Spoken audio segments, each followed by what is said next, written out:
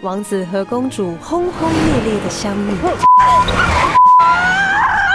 从此过着永远幸福快乐的日子。加赛啦！我要离婚。大家好，我们是苏阳苏梦，今天想看部好影集吗？这一次要介绍的是没有上集的童话故事下集。全剧一共有12集，以厌世人妻夷陵的日常与独白来描绘婚姻中的荒谬与无奈，再加上身边的妈宝人夫学友以及鲜肉暖男文杰，还有一众办公室闺蜜，都让童话故事下集可以说是已婚版的 BJ 单身日记。剧中描绘婚姻的情境写实，台词精辟，所以在今天的节目里，我们将会根据个人的经验，还有剧中的片段，以怒气值与可控度来评分关系中的6大鬼故事。不管你是单身还是已婚，都可以看看你遇过几个类似的鬼故事哦。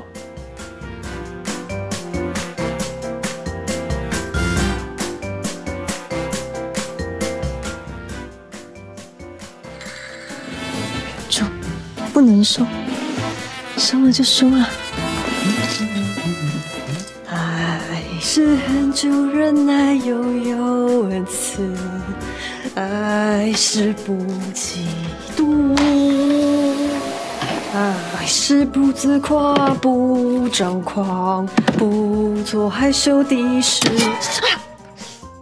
在剧中担任剪接师的夷陵，因为一场车祸意外认识了工程师先生学友。这对夫妻说好在婚后会尽快的存钱，想办法在台北买下自己的小窝。然而不论是房价过高、选择不多，或是老公很依赖包办大小事的婆婆，都让夷陵在生活中感到不便，却又不得不咬牙忍耐。不仅如此，本来应该很单纯的家事分工，却因为强势的婆婆还有不管事的公公，让夷陵感到委屈。就算她想要继续忍耐，却还是常常感到愤恨不平。顺便跟你说，我今天早上忘了吸地，你跟夷陵说，我回去再处理。还有冰箱里面夹层了，滴了2滴油，你叫他不要碰，千万不要碰，等我回去再处理哦。听到了，没问题，千万不要碰，千万不要碰。好，拜拜。妈说地板还有冰箱。有，我有听到，不要碰嘛。叫我不要处理，就是要处理啊。相信有不少人妻都会对这场戏感到心有戚戚焉。或许这是一种婆媳之间的沉默契约，不管是妈妈对儿子的溺爱，期待媳妇要主掌家务，还是姑嫂之间的上对下态度，都会让媳妇失去话语权，让本来就在磨合的婚姻变得更加的复杂难解。还记得去年在社群上掀起热议的男方不洗碗因为不想失去妈妈的爱那篇文章吗？光从一连串的火爆留言就可以发现，家事不公这件事在所有婚姻中普及率大概100%，不是买了洗碗机事情就解决了。我们之所以会给家事不公的怒气值只放一团火，就是因为在婚姻中还有更多可怕的议题，而家事只是基本款而已。接下来就让我们来看看下一个大魔王吧。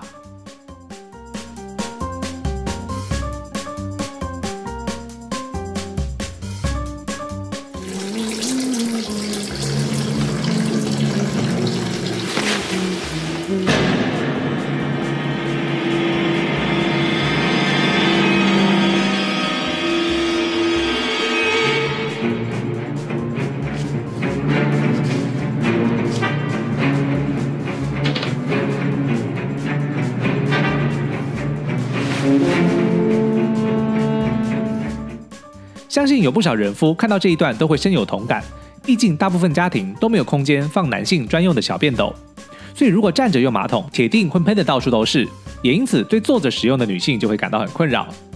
像我自己是后来发现，坐着尿不仅可以维持马桶清洁，其实也可以更轻松的排尿，解得更干净。而且对于有攝護腺肥大的患者来说，医师也有建议要坐着排尿。话说回来，除了伴侣之间会有非常多生活习惯需要妥协之外，其实如果与另一半的家人同住，却又不能抱怨出来的话，就更加的折磨人了。举例来说，剧中夷陵除了要忍受婆婆的口水吃来吃去，把洗过的碗又再洗一遍，还得要听公公讲重复又无聊的笑话。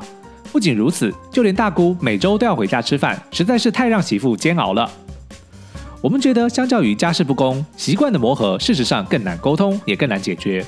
毕竟这是2个家庭根深蒂固的文化冲突，所以如果可以的话，家人之间还是要保留一点距离的美感，比较不伤感情哦。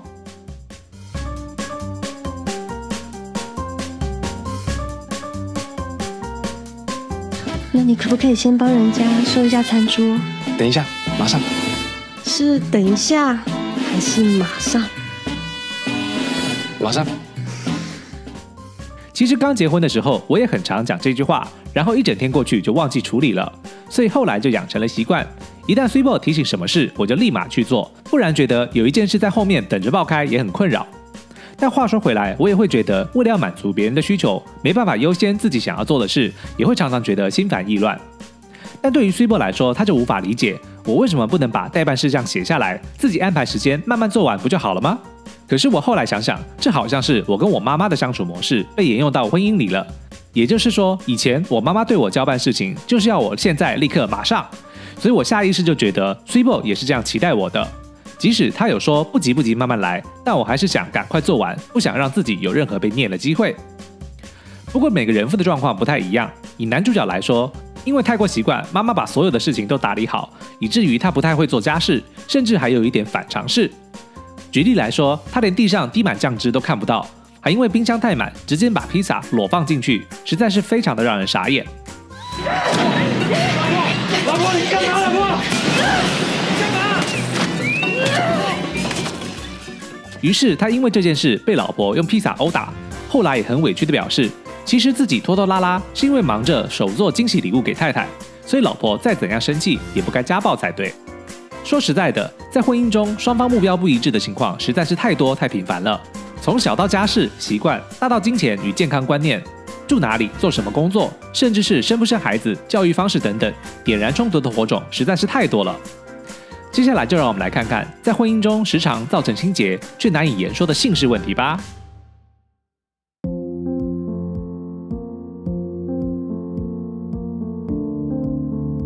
我是建议曾先生也要做个检查，禁欲3到5天，然后去洗烘取精。洗烘取精，多久以前的片子啊？1984年，那时候我都还没出生。小九，你怎么还不出来？小九，你有病哦！哎，你不要弄那个门啊，厕所是隔壁。Focus。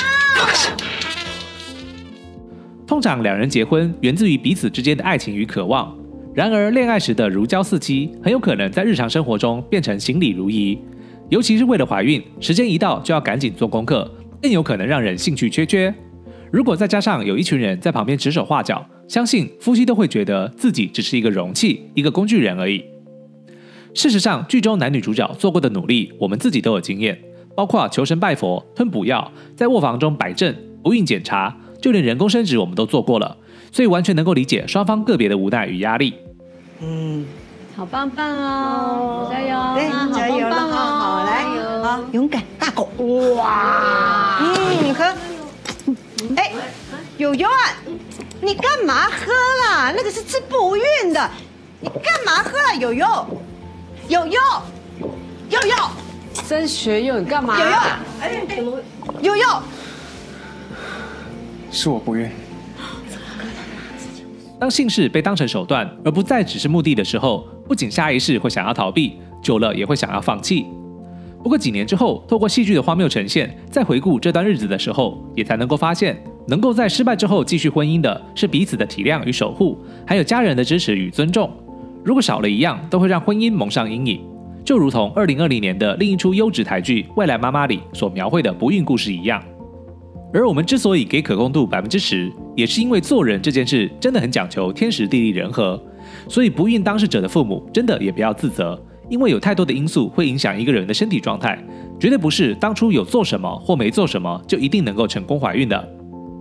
话说回来，后来的故事情节让怡玲去安慰自责的婆婆，还主动搬床，虽然蛮符合她的人设会做出的反应，但是妈宝老公的存在感实在是太低了，让我们不禁担心怡玲的未来会不会也变成婆婆春梅呢？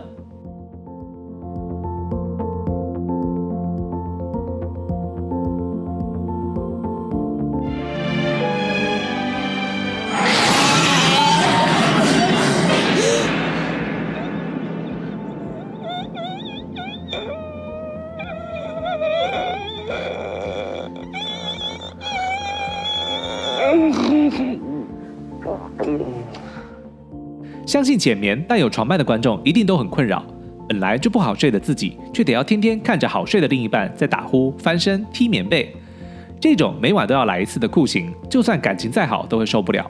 难怪有不少夫妻在结婚几年之后，只要有空间能分房，就会分开睡觉。事实上，我们自己也有过这样的经验，而且两人是会轮流打呼，两人都痛苦。经过了睡眠检测、鼾声贴片、2层耳塞等等，最后唯一的解放就是要分房睡。这不仅让我们自己精神变好，感情也更好。所以如果要问我们婚姻之道的话，那绝对就是自己好，对方就好啊。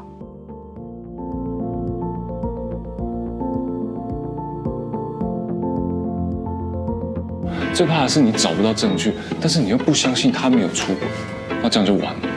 接下来他只要讲一通电话，看个简讯，你就觉得有鬼。原本没有要偷吃的哦，被这样一搞，我靠，他就跟人家跑。你在说你啊？对啦，我前妻就是这样被我搞到出轨的。在影集中段，夫妻俩分别在外面有了贴心知己，例如怡琳在交友软体认识了网友，同时也对药师文杰感到怦然心动。另一方面，学友也感受到同事小鹿的仰慕，也就是说，两人在外面都有不少机会可以发展婚外关系，也都难免会拿来跟自己的伴侣做比较。但最终因为对彼此的牵绊，让他们守住底线，与对方好好沟通。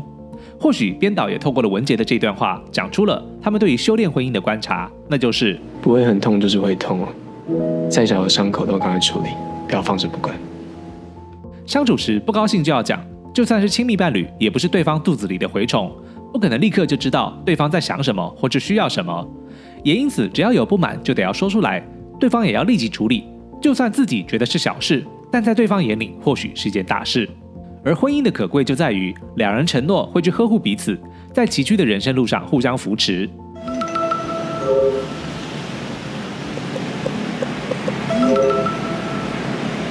这么恶心。是不是用讯息比较敢讲？看完了今天的节目，你还对哪些台词桥段特别的印象深刻呢？欢迎你在底下留言告诉我们，也欢迎到各大 Podcast 平台上搜寻那些电影教我的事，听我们聊更多的好作品哦。我们每周都会有新内容上线，除了 YouTube 之外，现在也推出了 Podcast， 欢迎到各大平台搜寻那些电影教我的事。